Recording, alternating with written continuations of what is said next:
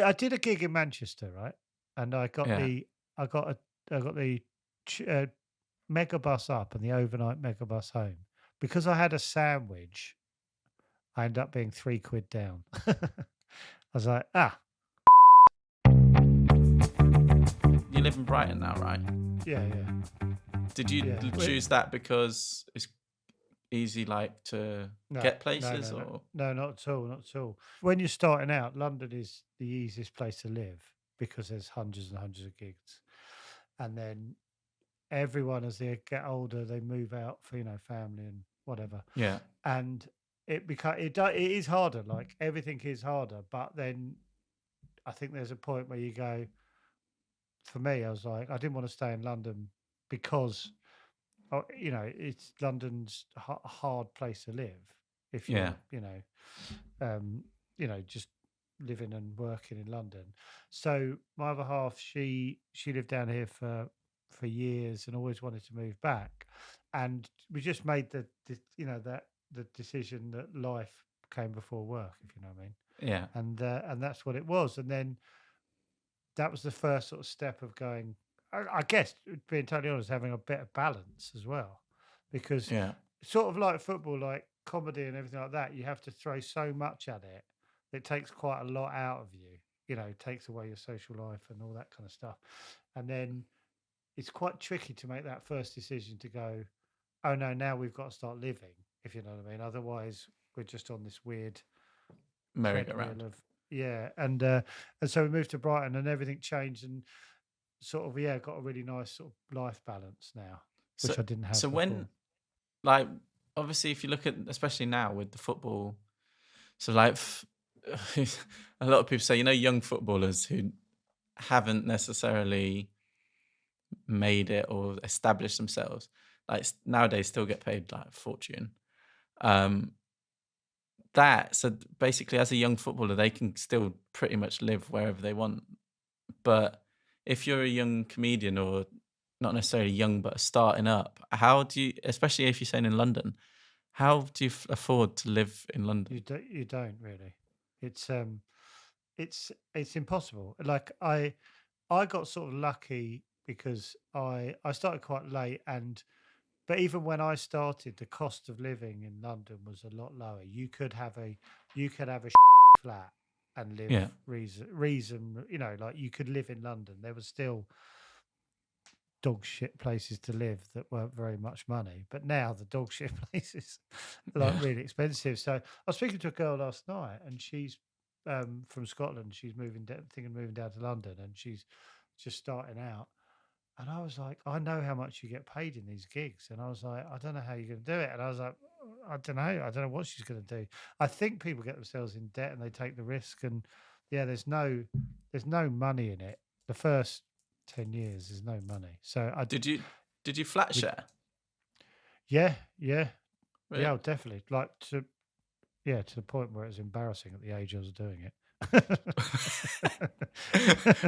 What, with, like, other comedians, or just, like, No, no, no, random? just random friends and stuff. But yeah, like I was desperate. But then I met Petra, and then we moved in together, and life got a bit easier because sharing the cost and of life and stuff, and that changed everything because it was like I wasn't sort of on my own going, God Almighty. But like to be fair, like we had literally, I've got old diaries of gigs, and I used to write where the gig was, what time I was on, and how much I was getting paid. And I was flicking through, and it was like 20 quid, 30 quid, 50 quid. And I was looking at it going, how did I not die?